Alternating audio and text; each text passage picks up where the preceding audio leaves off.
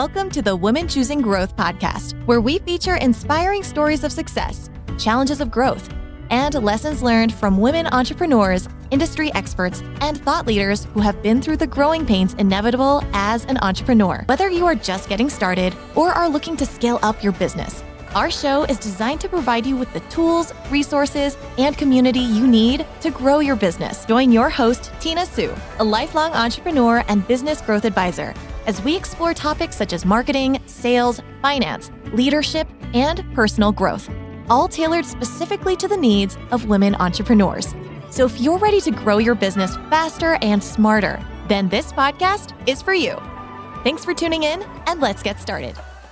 Welcome back to another episode of Women Choosing Growth. Today we have with us Sura Al-Naimi, and she turns imagination into bottom line impact. A former innovative and creative director at the Walt Disney Company and now CEO of Hi Hello Sura, she spent 20 years helping high-performing leaders and their teams weave innovation into everyday practices. As a transformational leadership coach, chief creativity strategist, and sought-after keynote speaker, Sura equips organizations to shatter limiting beliefs, spark bold ideas, and sustain peak performance. I'm excited to have her on the show today because she shares with us the 4 learning styles that your organization needs, regardless of the size or how many staff you have, whether you're a product or service business or a combination of both, whether you're someone like Walt Disney World or a 3-person team. These 4 learning styles will help you get a project over the line. It could be something as an amazing, innovative shift in your whole company, maybe launching a new product or launching a new service, or even taking a look at whether or not that makes sense for your company. Or it could be just a project that needs to get out the door in the next 24 hours. She shares with us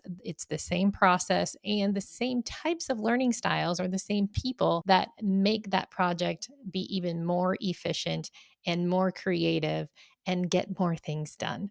So let's take a moment and welcome her to the show. Welcome back to another episode. I am your host, Tina Sue, and this is Women Choosing Growth. And today is going to be life-changing with our guest, Sura Al-Naimi. And the reason that it's going to be life-changing is because that's literally what she does. It's all about innovation, thinking differently, unleashing creativity, making an impact on your life and in your world. So I am so excited to bring you to the show. Welcome, Sura. Oh, thank you so much, Tina. Thank you for having me on the show. It's amazing that the timing of this episode, because just this morning I was facilitating with one of clients who just added some team members. And one of our every weekly goals is to think bigger, like the uncomfortable big, like call Beyonce kind of a big, and, have tea with someone who you otherwise would never reach out to.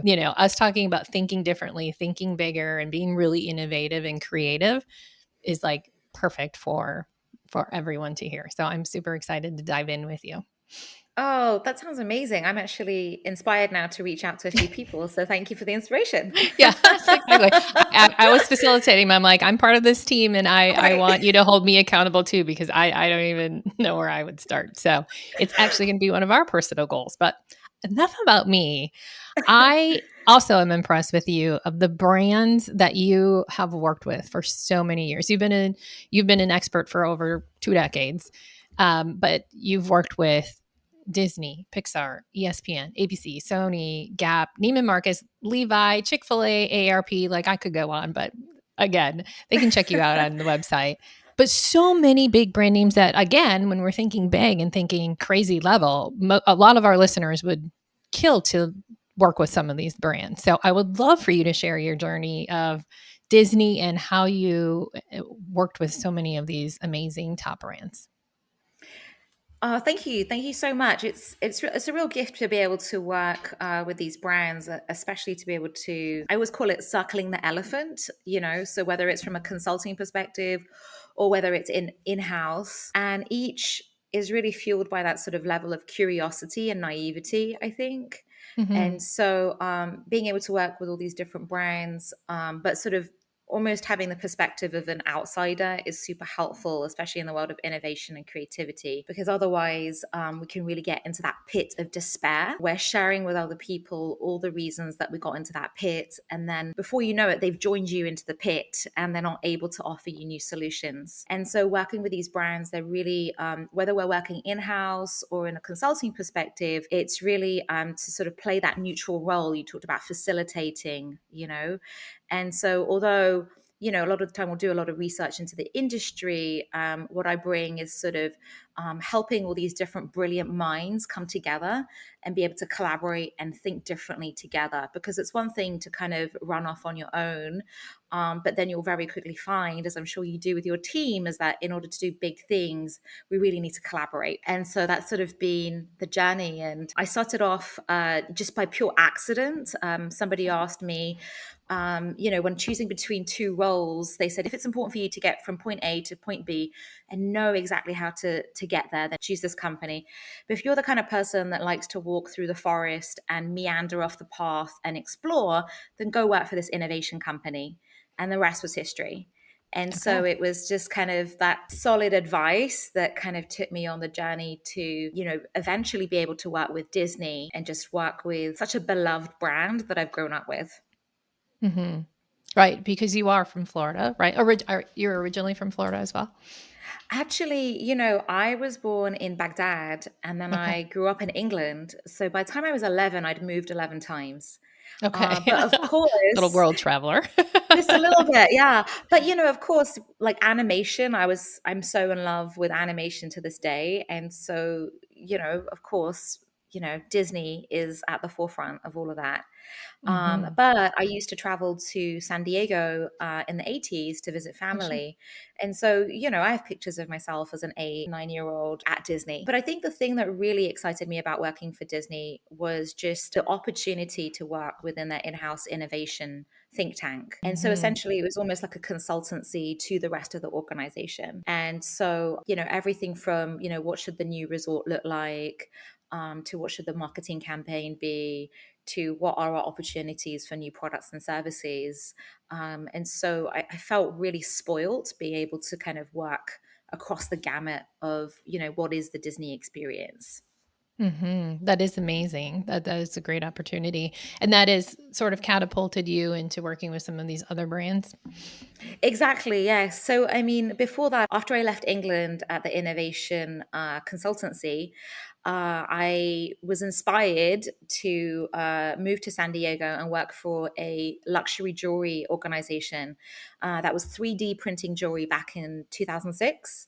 That's crazy. And which is kind of wild. Yeah. And and they said, we're not really big in Europe, but if you want to come over here and help us, then we'd welcome you.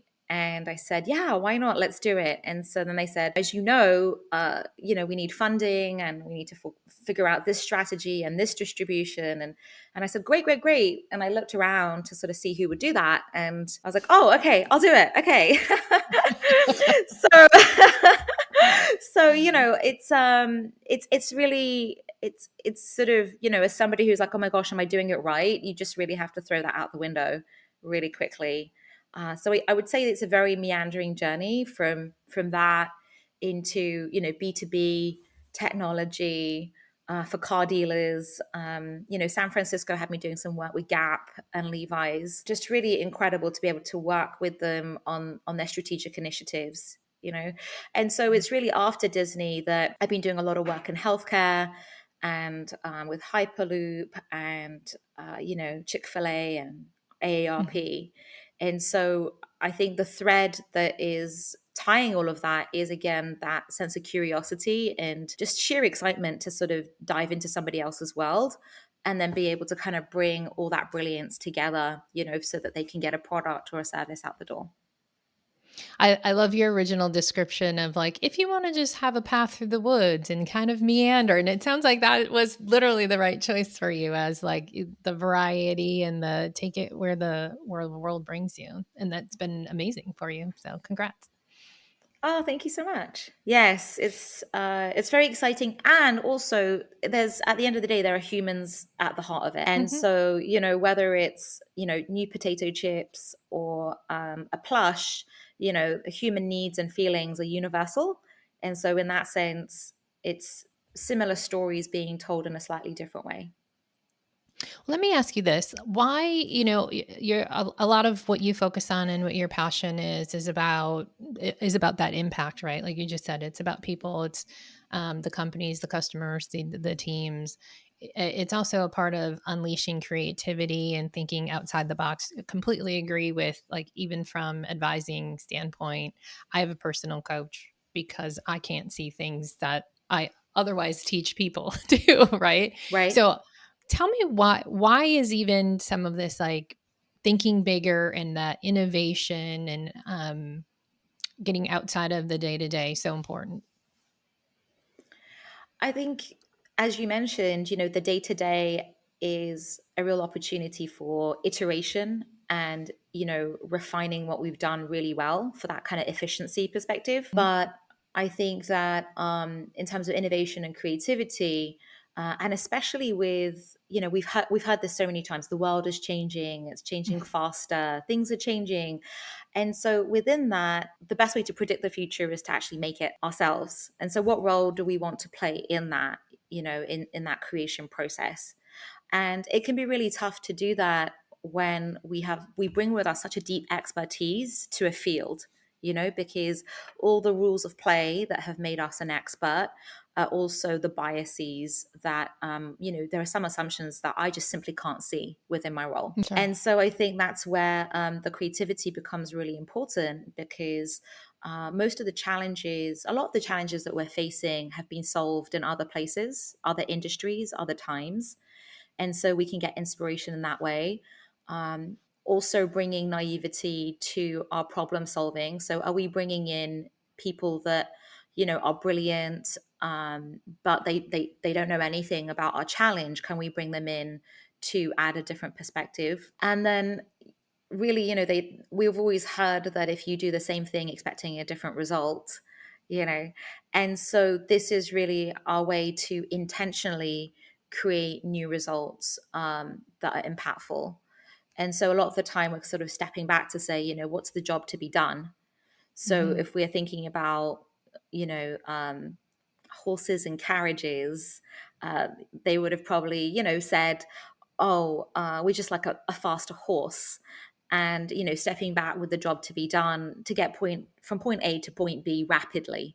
Okay, well, now Hmm. we have a lot of latitude to create something new. And so in all these things, and I'm really guilty of this myself, the shoemaker with holes in her shoes, right? Yes, It's like exactly. I have all the tools, the pantry of tools, You teach and them. you teach them, right? And then I'm sort of thinking about my strategic initiatives, and I'm like, okay, let's Hmm. just go do this. And I'm like, wait, what am I doing? Why am I doing this? Why are we doing this? And Hmm. so I think really having, you mentioned having a coach. I have a coach. It's just so vital to have that alternative perspective to sense check with, and to sort of be that council of advocates, right? For thinking big, also for, you talked about stepping a little bit outside of yourself, right? Hmm. There's been so many moments where I've said, oh, I don't feel like being courageous today. I'll do it tomorrow. It's like, no, like the opportunity has presented itself today. You don't get to Yes. schedule these things. Exactly. All right, before we dive back in, I want to take a moment to talk about something that can take what you're learning today in this episode, as well as our previous episodes, and turn it into something that is real strategic growth for your business. For example, if you're feeling inspired by what you're hearing today, maybe you want to improve your leadership. Maybe you want to refine your systems. Maybe you want to build a more scalable business. Maybe you just want to get out of your own way and break free from those limiting beliefs that may be holding you back. If are you feeling that way, then you are exactly the kind of entrepreneur who will thrive in our strategic shift program. You see, it's designed for women entrepreneurs just like you, who are established, ambitious, and ready to build something that is not just successful today, but is positioned for more growth, long-term value, and freedom. Right? That's why we're in business in the first place. In this program, you'll get proven framework, tools and resources, financial insights, strategic mindset shifts, everything that you need to work methodically through the growth of your business. And the best part is it grows with you. This isn't a course that you just take once and has basic business information in it. This is something that has the actual tools as if you were working alongside a coach to help you build the foundation and continue to build on it year after year as you continue to scale. It's even designed to work with your leadership team once you get to that point in your business. So if you're serious about building a business that is valuable today and continues to grow in value while you're not having to work harder, then check out the Strategic Shift on Tina-Sue. Look for courses and look for Strategic Shift. So let's get back to our show. I also like, and I've seen this come to play in my role as that outside perspective, just like you are with the companies that you work for. My coach has done that to me as well, where she's heard me say things that I said, but like it didn't register for me, right? So it's that outside perspective and also having someone repeat that back to you. So I love that. Speaking of different people, you had brought up that there's, different people on the team, especially in the larger organizations. You got teams within teams within teams, and sometimes that day to day or that big thinking, that next big move that we're going to make, might involve lots of different people. So we know that different people have different learning styles. They have different thinking styles. Like, how does an organization, especially a larger one, but this would apply to even a team of 10 people, I'd imagine, like when we are thinking bigger, how do we all make sure that we're in the same direction towards that innovation? Absolutely. So I think that, when you think about us all bringing a unique quality to a project, Mm-hmm. and so if I was to give you the example of, throwing a pen to you and asking you to, sign your name, I would do it with my dominant hand, so I'm right-handed. And it's the same with a challenge. It's that, when we throw a challenge to somebody, we tend to approach it with our dominant preference of how we like to solve challenges. And so the work to be done in teams is to really help people identify, what is your unique way that you approach solving for a challenge. And so there have been found to be 4 different thinking styles or preferences, specifically geared towards getting innovation out the door. Within the framework of foresight, they looked at all the different projects that had gone out, and they looked at design thinking and user thinking and agile and all the sorts. And they said, okay, these are the 4 core ingredients. Are you a clarifier? Are you somebody that likes to really get the strategy right? You're probably somebody that asks a lot of questions, likes to do a lot of research. And then, your dark side is that there's a bit of analysis paralysis and you might give people a bit too much information. Are you the ideator? Are you that big picture thinker who can connect the dots, see the patterns, is very abstract? So you have an idea a minute.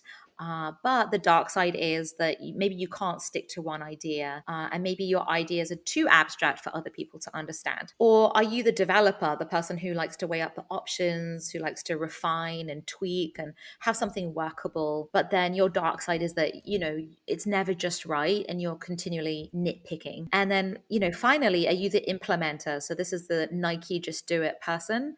They're sort of like, why are we still talking? Why isn't this real in the world? And so they really like to get into action. And within that, the dark side is that sometimes half-baked ideas go out into market, and there's an impatience with people who don't respond as quickly. There's a dark side. That's what I'm picking up. So it sounds like there's like this strength, depending on which of these 4 styles your natural tendencies are. So there's a yang and then the yang, right? Is that what I'm hearing you say? Like, this is the great thing that you do and bring to the group or the project, but then there's this other side to it. Is exactly right. Exactly right. I Mhm. mean, because and every superhero movie wouldn't be incomplete without that, right? And Exactly. so yeah. So within us, we can because it's our preference, we can over rely or over index on solving it a particular way. And so you'll find, in for example, consumer insights groups, funnily enough, they're very high in clarifying. Mhm. In, sales teams, they're really amazing at implementation. And so, these preferences tend to surface, which is great. And so, what we're sort of sharing is like, these are the glasses that you're wearing when you enter a room. And this is the valid contribution that your teammate can also bring to a project. So, if an implementer is working with a clarifier, let let the clarifier have a moment to ask some questions so that we can make sure that we're solving for the right challenge. And then clarifier, now give it over and don't do the 10th research report. Send it over to generate ideas, develop, and then get it out the door. Because otherwise, we could be stuck into a very strategic, beautiful, PowerPoint centric organization. Mhm. Or we could be very quick into tactics, initiatives that, people are scratching their heads and saying, wow, I wonder why this isn't creating the growth and the impact that we wanted. I like that. So it sounds like to get something from start to finish, sounds like we need all four of them because you can't not have an implementer or someone stretching themselves to be one, Exactly, and then they're exactly right. unhappy. Exactly right. Exactly right. And these are preferences and the way that you might prefer, a particular flavor of ice cream over another. And so there are things that can be learned. You can learn to tap into a more strategic mindset and to have abstract ideas and to refine, develop, implement.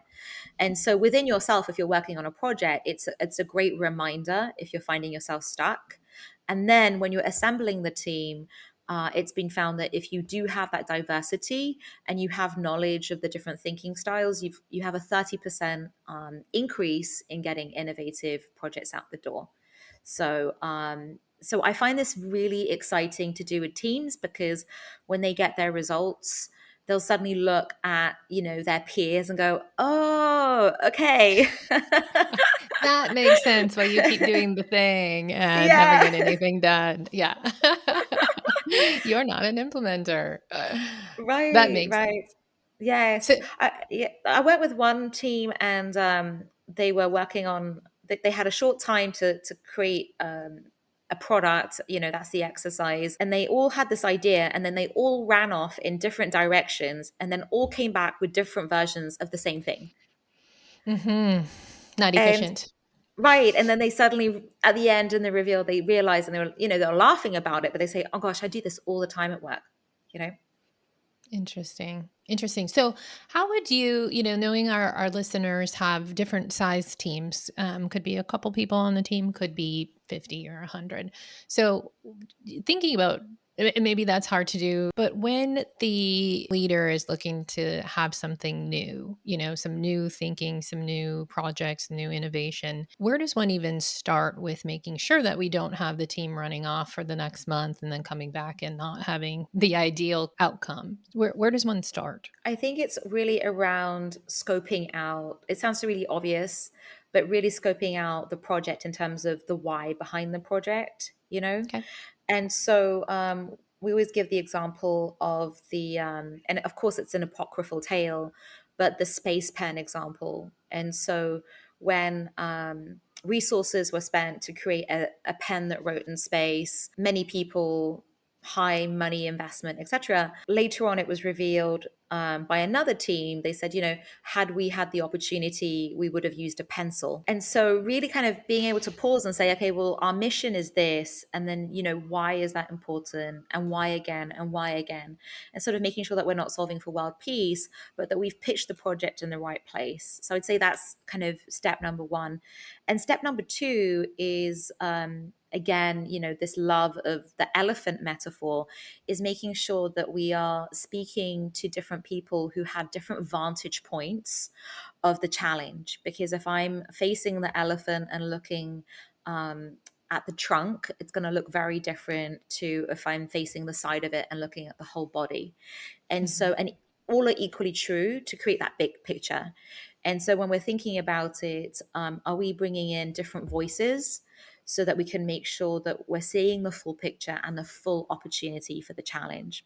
So I would say, that is a great place to start. And then after that, I would say, most projects fall or die really because of a lack of momentum and a lack of focus. And so, is there a way that we can have this team committed for a certain stretch of time to go from point A to point B? Because a lot of the time it's more sort of, passing the baton between different stages. And so again, that cohesive thinking really gets missed. And it's only later where they'll say, oh, we had it in that report on page 57, bullet point 3, Or we talked about it in second quarter and now it's fourth quarter and right. we just didn't do it. Right. So if you look at, for example, Marvel, they'll have a team of 7 to work from start to finish on a project. And then they might have a satellite team that intersperses and joins in with particular expertise. But they have a core team that's sort of carrying the ambassadorship for the project from start to finish. And so I think that is, it's like a piece of string, it's expandable. But whatever your time frame is, if you've got 2 hours, if you've got a day, if you've got 3 months, just to have that consistency. It doesn't sound like particularly important, but when I would start an innovation project, the first thing I would do is schedule all the sessions, and then you're either fully in or fully out, and that would make the world of difference because leaders would say, well, actually this individual can't be there for all of it, so let me switch out who can contribute. And then we had that consistency. And so I'd say that by the time we get to our solution as a collective, nothing's really a surprise because we've gone on that joint journey. You said something very interesting to me about Marvel has 7 people on a project. Naturally, thinking of Marvel, you would think there'd be more than 7 people, but there's probably the other side to that, right? The dark side of, you can't have too many voices in the room trying to get something across the line. So how does one determine, would 7 be the magic number? Or how many people do you invite to the innovative process of this? Like, we want to do something new, launch a new product or a new service.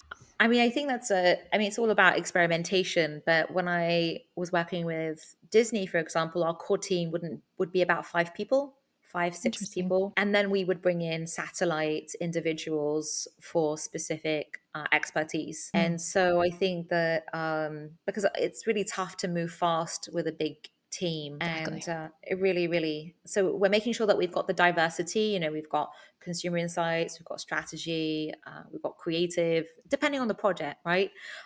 For Disney Vacation Club, we have sales, legal. We started with legal with us, hip to hip. And so really assembling that core team, and then at least then they can say, okay, well, let me go talk to X person to bring in this specific expertise. Or when we're doing our development and we're actually looking for concerns, let's bring in a bigger team, because actually that's where we want people to poke holes. And then we want them to patch up the holes with potential solutions. So let's use your creative mind for good. Versus just smashing the idea, because all ideas are really fragile at the beginning and they need that nurturing and protection.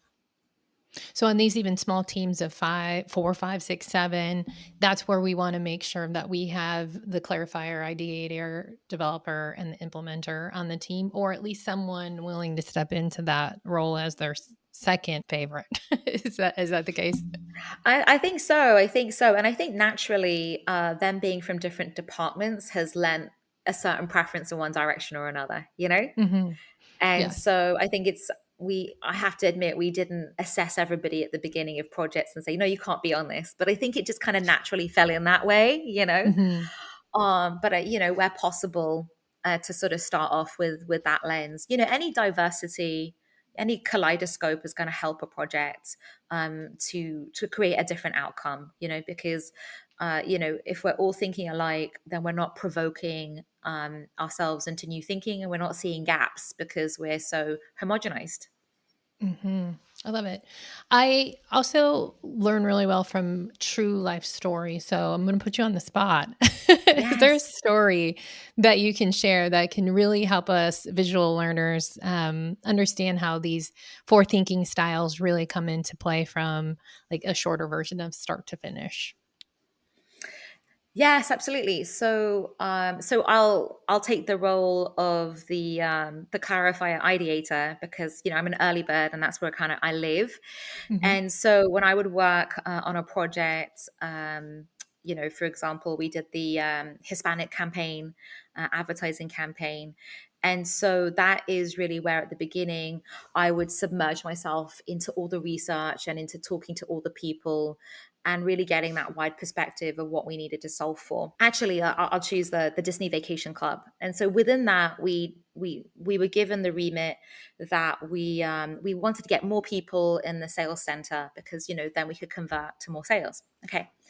Hmm. And then as we did the research, we found out that our audience, shocker horror, didn't want to come to the center, and they were used to getting the information at their fingertips when they wanted it, how they wanted it, at all hours of the day. Sounds And very so true sounds very true, to right? all of And us. it sounds so obvious, right? But we were ready to launch into this massive project to just convert more people into the specific center.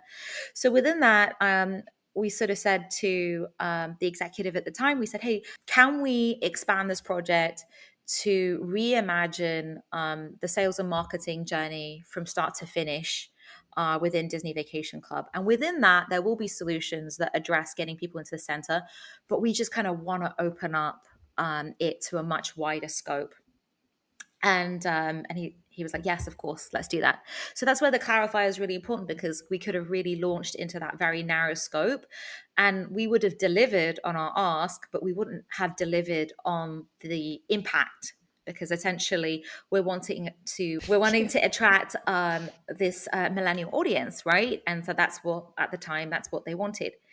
And so then within that, as we were getting into our ideation process, that's where we started to talk to a diversity of individuals.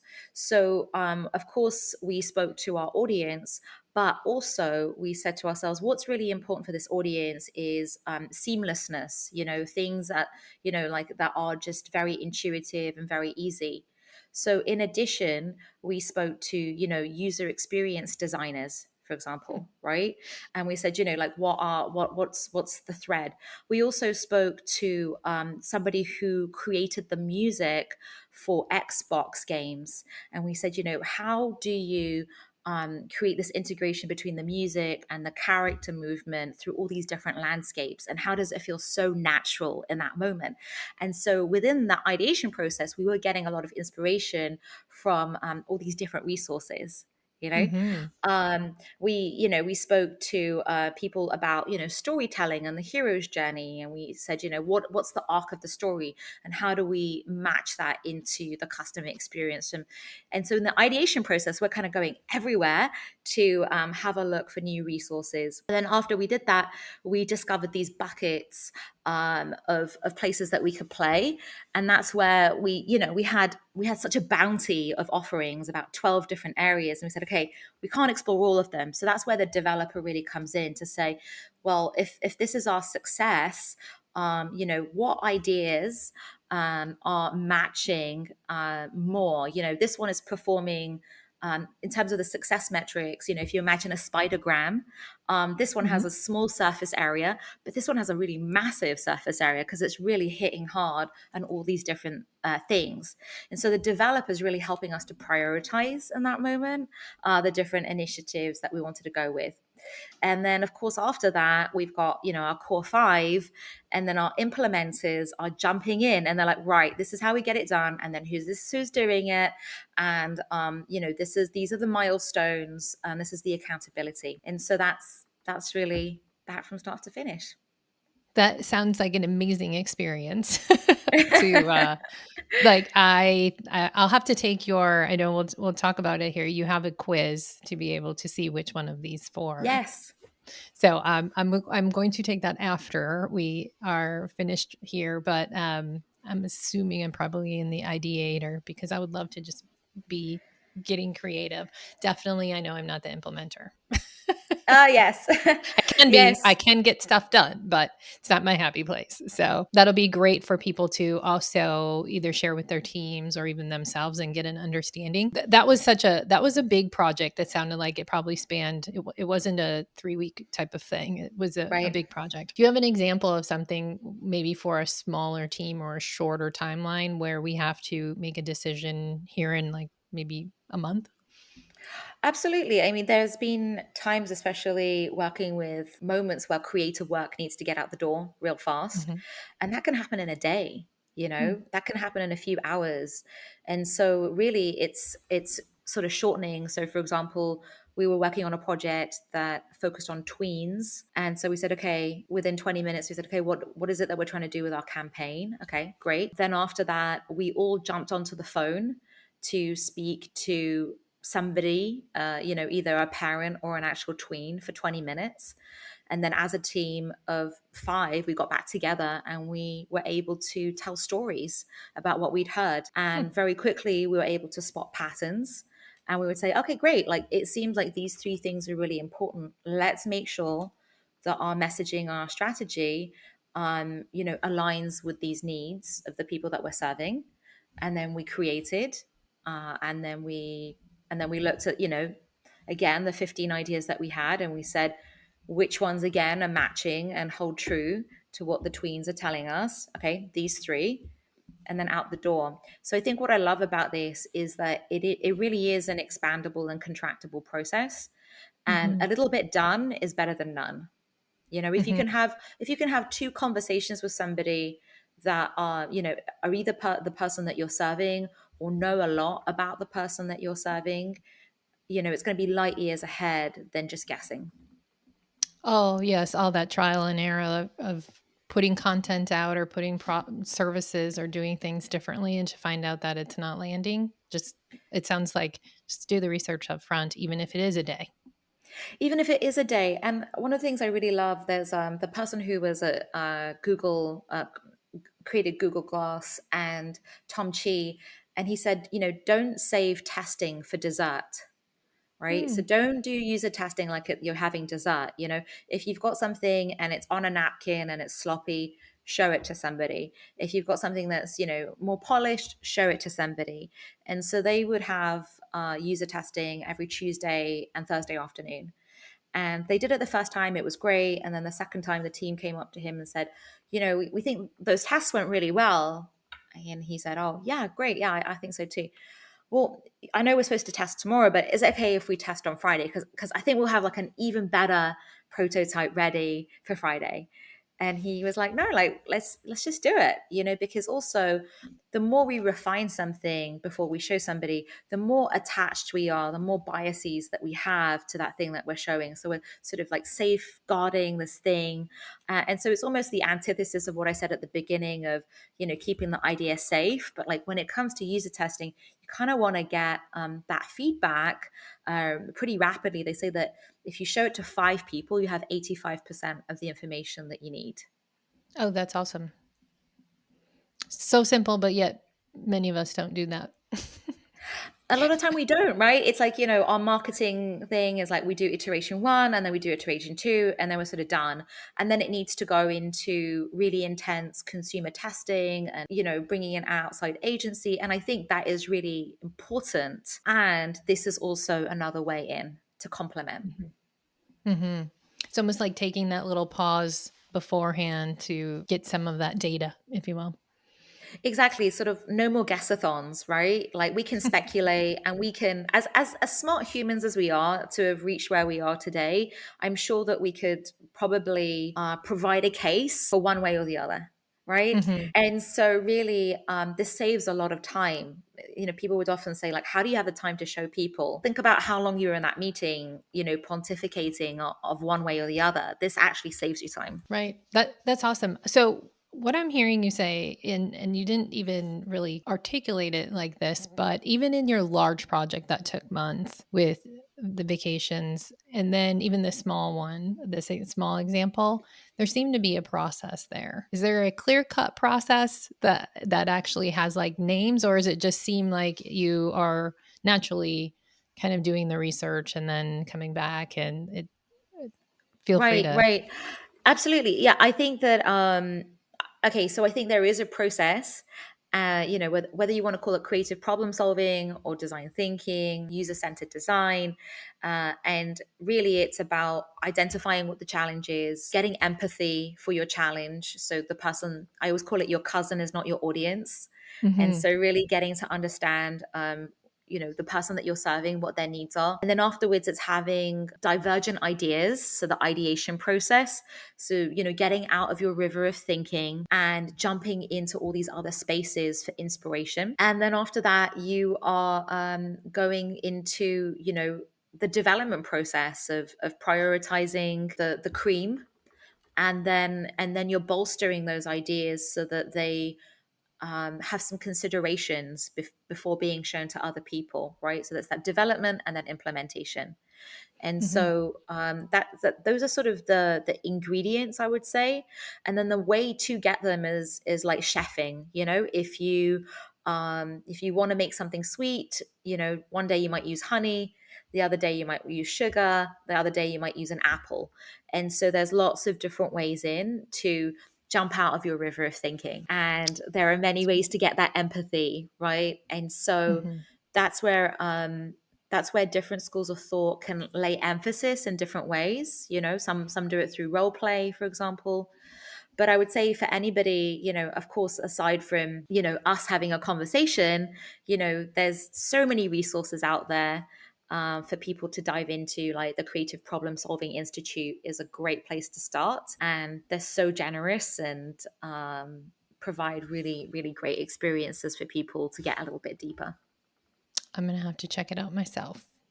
I love that because we talked about the 4 different thinking styles and how to have them on a project to get it across the line, but then also got very clear on, regardless of the size or the timeline of the project, there's strategic steps along the way. So we don't jump to the implementation without doing the research, without doing the ideation.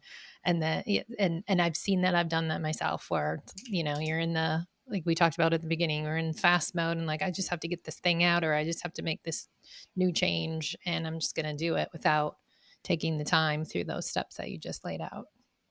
Yes, there's the framework with the tools, but then there's also the mindset. There's the creative behaviors. Mm-hmm. And so, we say that, the framework is the engine, and then the creative behaviors it's the oil that keeps the innovation engine running smooth. And so, the ability, for example, to think expansively, right? To be able to nurture an idea, to be able to greenhouse an idea, that's so important. And so, a lot of the time in groups, the first thing that we'll do is we'll say, like, we didn't wake up this morning saying, oh, I'm going to kill an idea. But it's so, like, you don't like rub your hands and say, I'm going to kill this one. But, Guess what I'm going to do but it's, today. right, it's like Pinky and the Brain, like what are we going to do today, and so, but we do it so easily, so readily, because we've got that experience. Mhm. We've seen a thing or two, and so we say, how can we tap into that expansive kid-like mindset, of curiosity, and asking why, and asking why again, and asking why again. And so Mhm. just, the act of being able to greenhouse an idea to sort of see what its potential, because a lot of the time ideas are like seeds. So, is this idea going to grow into a mighty oak tree, or is it going to become a weed? And we don't know that until we nurture the idea. And a lot of the time people are fearful to nurture an idea because they're worried that by nurturing it, they're green lighting it. Mm. Mhm. I can see that. Nurturing doesn't mean it's a yes. It means we're still looking at it. Exactly right. Mhm. Yes. And so so rather than accepting the low hanging fruit, what is a way for us to sort of see the potentials of all of these, and then make decisions. And so a lot of the time that the act is like oil and water, the behavior of critiquing and expansive thinking, they just don't meld. And Mhm. so if you're working in your team, it could be really helpful to signal, for the next 30 minutes, it's going to be expansive. And then for the last 40 minutes is going to be critiquing and development. And a lot of the time that can allay the fears of individuals of, I need to tell you this because I'm worried we don't have the time for it. I'm worried I don't have the bandwidth to do this.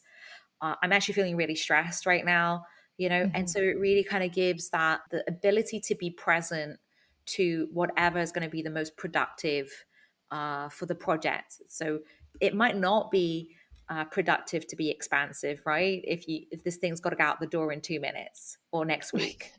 That's right. But then we have something else to work on about why did that get to be the last Right, minute goal. right. Yeah, that's another episode where we can talk about Yeah. proactivity. Right. Yeah. I mean, because it's always fun when, you're sort of showing final concepts and somebody says, oh, I've got an idea. And you're like, where were you at the beginning? Yeah, exactly. This has been great, and even more than I was hoping to dive in with you today. So I appreciate you just sharing all of your wisdom. What haven't I asked, or what is your last words of advice for our listening audience or watching audience, frankly? Right. Either or. I think the thing that I'm most excited about is really dismantling what it means to be creative, and having been in a lot of quote unquote creative industries, it can really be something that is designated to a department or a title. And so I'm really excited when people recognize their own creativity and their own contribution, whether you're working in finance or in operations, has there been a time where you didn't have a specific thing and you tried something in a new way and you got, a different amazing result, right? And we've done that all at home so many times. You don't have a particular tool. I don't have a spoon. I'll use a knife. So what, how can we identify the ways in which being creative on a daily basis? Because I think that, it's our human spirit to be just so, and it doesn't follow any guidelines of department or title. I love that. Thank you so much. I hope that is sparking everyone's extra creative side of their brain. Thank you, Tina. I will make sure that we put we'll put all of your information. So if someone wants to, I know you said before, if someone wanted to work with you, what would that look like? Should they just reach out or even just connect with you and have more information? Your website had a lot of good information on it as well, which we'll put in the show notes. Yes, just reach out through LinkedIn. And if you are interested to, see where your preference lies, send an email as well. I know that will be in the show notes to quiz@hihellosura.com. And those are the best ways to get in touch, apart from carrier pigeon, Which is always fun. Yep. Okay. Thank you again. It was great. Thank you, Tina. I hope you enjoyed today's episode. Please be sure to hit subscribe on your favorite podcast platform so you never miss an episode. The Women Choosing Growth Show is not just another podcast. It's a tribe of women helping each other grow. So please, share this podcast with all the women entrepreneurs that you would love to see succeed. If you'd like to know more about customized business advising through Cultivate Advisors, download business tools, or sign up for upcoming events, visit www.womenchoosinggrowth.com. Once again, that's www.womenchoosinggrowth.com. Remember, we are in this together. See you on the next one.